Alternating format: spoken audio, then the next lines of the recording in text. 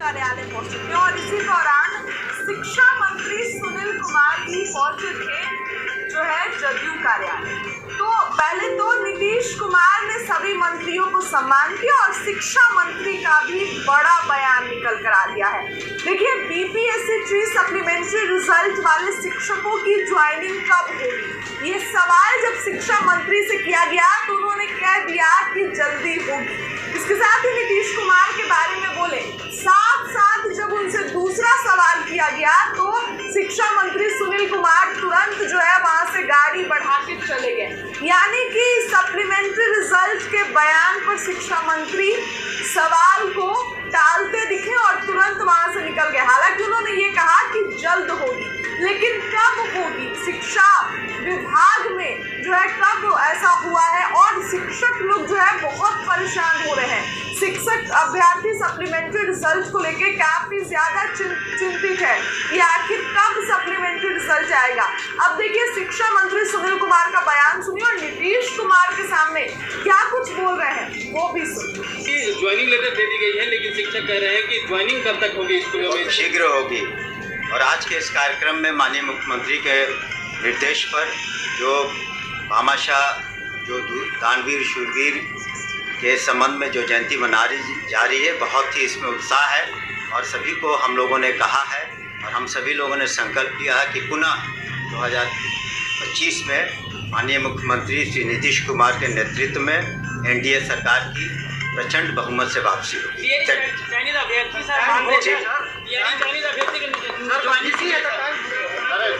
आज के इस महत्वपूर्ण दानवीर शूरवीर भामाशाह की जयंती के अवसर पर उपस्थित हमारे प्रदेश के अध्यक्ष उमेश सिंह कुशवाहा जी, हमारे बहुत ही वरिष्ठ और ऊर्जा मंत्री श्री विजेंद्र प्रसाद यादव जी,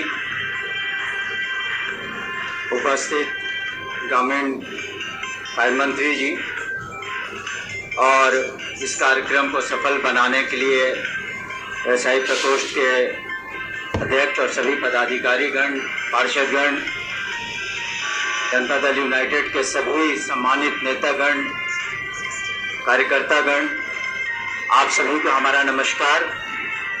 और आपने हमें इस कार्यक्रम में शिरकत करने का मौका दिया, आपका बहुत बहुत शुक्रिया। आइए हम सब दानवीर शूरवीर भामाशाह की ज़िंदगी से, उनके आचरण से और उन्होंने जो अपने जीवनी में जिस तरीके से अपने आचरण से सभी को प्रभावित किया, खास करके व्यवसायी वर्ग के लोगों को उन्होंने जिस तरीके से आगे बढ़ाया, वो बहुत ही उल्लेखनीय है। और उनके सदाचार, उनकी जीवनी, उनके उदार स्वभाव से हम सभी को सीख लेनी चाहिए। आज के हमारे माननीय मुख्यमंत्री श्री नीतीश कुमार जी के नेतृत्व में बिहार बदल चुका है। एक नई तस्वीर बिहार की आई है, लाखों लोगों की तकदीर बदल गई है और हर क्षेत्र में विकास हुआ है, चाहे बिजली, सड़क, पानी, शिक्षा, स्वास्थ्य, खास करके समाज के वंचित समाजों से के लिए, अति पिछड़ा वर्गों के लिए, अक़लियतों के लिए, सभी के लिए उन्होंने समाज को एक साथ पिरोया है और सभी के लिए काम किया है। लेकिन जब उन्होंने सत्ता संभाली, बिहार की जनता ने उन्हें बागडोर सूबे की हाथ में दी, तो पहला काम उन्होंने किया वो था कानून का राज स्थापित करना, रूल ऑफ लॉ। और रूल ऑफ लॉ, कानून का जब राज स्थापित हुआ तो उससे सभी वर्गों को फायदा हुआ, लेकिन सबसे ज्यादा व्यवसायी वर्गों को फायदा हुआ, क्योंकि उनके साथ जो भी घटनाएं घट रही थी उसमें कमी आई और एक नए आत्मविश्वास का संचार हुआ बिहार में व्यवसायी वर्गों के बीच में।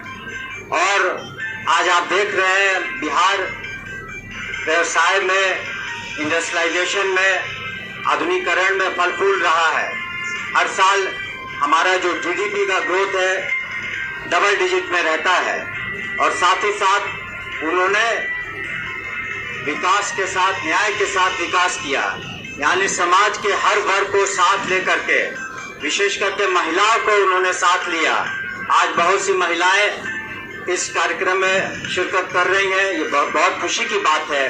और जिस तरह से पंचायती राज व्यवस्था में पूरे हिंदुस्तान में पहली बार 50% आरक्षण महिलाओं को दिया गया, 33% आरक्षण महिलाओं को सरकारी नौकरियों में दिया गया।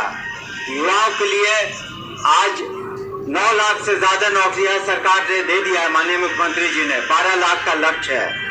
तो शिक्षा विभाग ने स्वयं बीपीएससी के माध्यम से 2.5 लाख नौकरियां दी हैं।